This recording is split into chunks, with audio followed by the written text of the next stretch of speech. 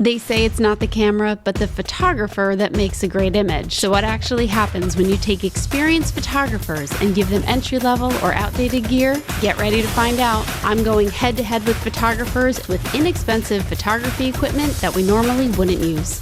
This is the Budget Photography Gear Shootout. This video is sponsored by Canon and Canon printers. Today I have legendary, complete opposite style of mine, Michael Anthony. Legendary? Legendary. I was just talking about you. I'm amongst two legends right now. This is a trifecta of legends. Joe Busing's right over there.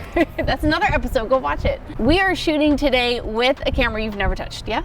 I've never touched it. Home court advantage here for that. However, we're photographing your wife. And that's where you have the home court advantage. That's true. So I would just put us on even playing ground. Even playing ground. So we've got the M50 Mark II, and we are doing fashion shoot with kit lenses. It's called a kit lens because it's not a prime, it's not a static. In fact, it's not even a low variable aperture. We've got this lens, which is the 11-22.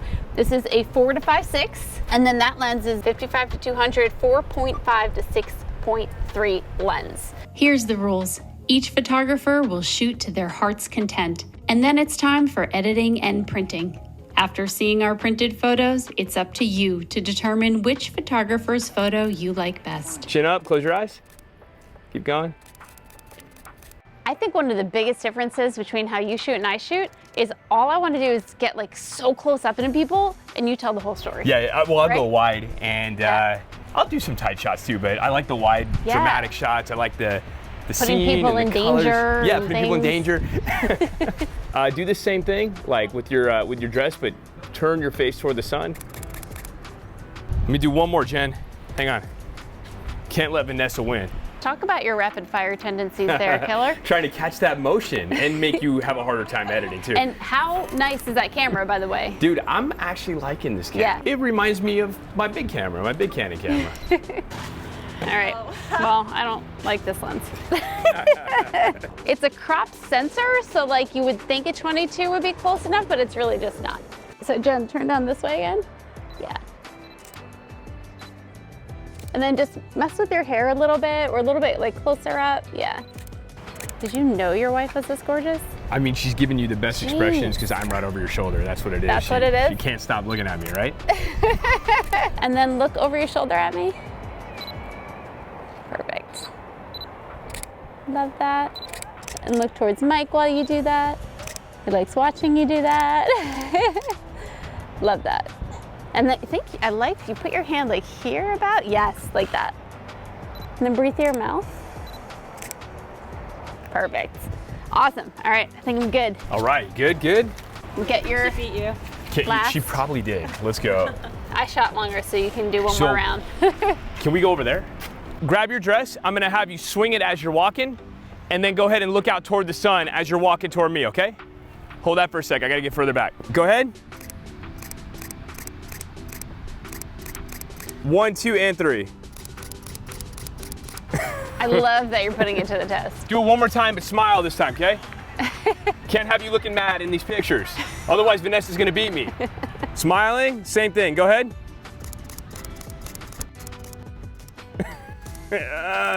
She bounces for you. You're gonna stay there. I have one idea.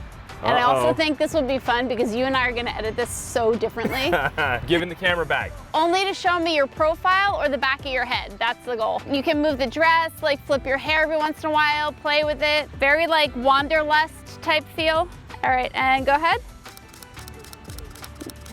Yeah, it's perfect. Oh, shooting fast is fun. I see now. Look up, like, oh my God, where am I? Look left, look right, up, down. There you go, it's perfect. Oh, this is fun doing this. I'm just gonna hold it down and see what happens. Isn't that sound so satisfying? It's so satisfying. Awesome. And then same thing, walk towards me, but look away from me as you walk, yeah. So look behind you. Yes, exactly. And then look the other way behind you. Now we gotta look at all of our pics, which is way too many because we shot a lot. I was in machine gun mode. And then I copied. Oops. My God, this is gorgeous. Thank you. I hate you. No, okay, no. Talk to me about this. I think my wife already declared you the winner. I was worried when I first got it in my hands that I was gonna have problems with it, but it's just like shooting with my other Canon. It's really seamless across all their different cameras, you know? And the focusing on this, it just keeps up. It keeps up with however fast you're shooting. No, really. this was cool. It's my next travel camera, I'm telling you now. All right, I think we are onto yours now. Yeah, so for me, I really wanted to go lower. So I zoom in to get more of that blur in the background, but then as you zoom in on a variable aperture lens, the f-stop goes higher. So it's like trying to go for a blurry background by zooming in. It like doesn't really work out quite as much. Yeah, there's gonna be too many I like here, so let me just, all right, and then this is you. All right, cool. Yeah, I like the cotton candy kind of sky we got here. You know, I shot this, it was like 2000 ISO, and the images look pretty clean despite being at a higher ISO. Yeah.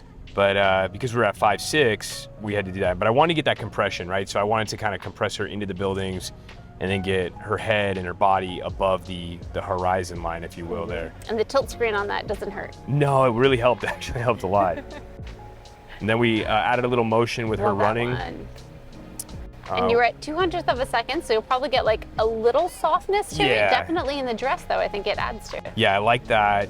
I mean, if we didn't have such a pretty sky, I would say it'd be a great black and white, but you gotta keep the color. Well, it still would be a good black and white. Yeah. Do one of each? Yeah, one of each. There we go. Now this is me.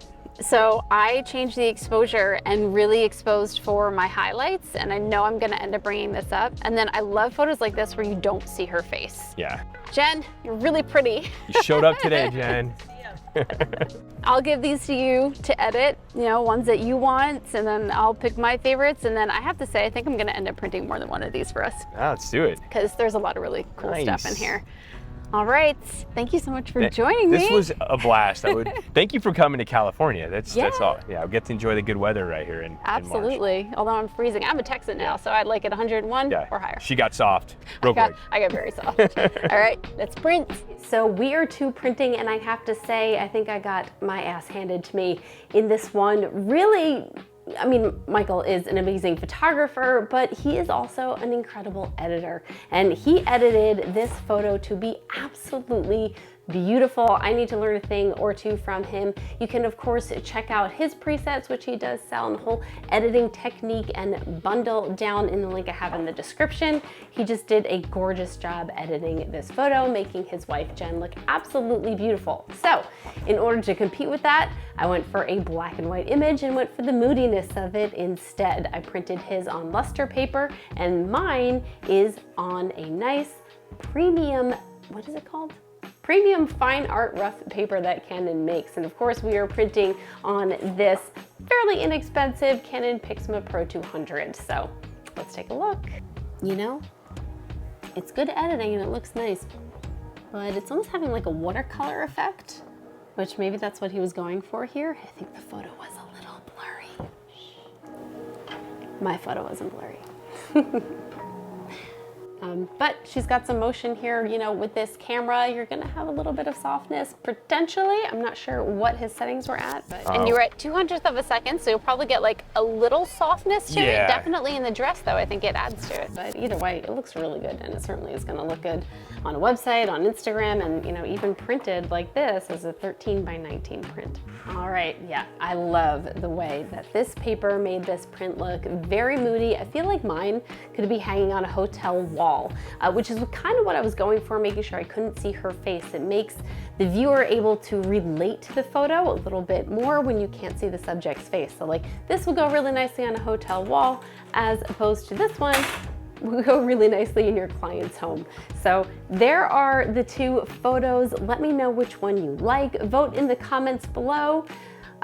Yeah, this is, I mean, I can't complain about the quality. Obviously, printing some nice large pictures. You know, we got a full bleed going with Mike's here, and then mine having the mat around it. Let me know what you think, and of course, check out the other episodes in this series. Hit like, subscribe, ring the bell. I'll see you next time on the Budget Photography Gear Shootout.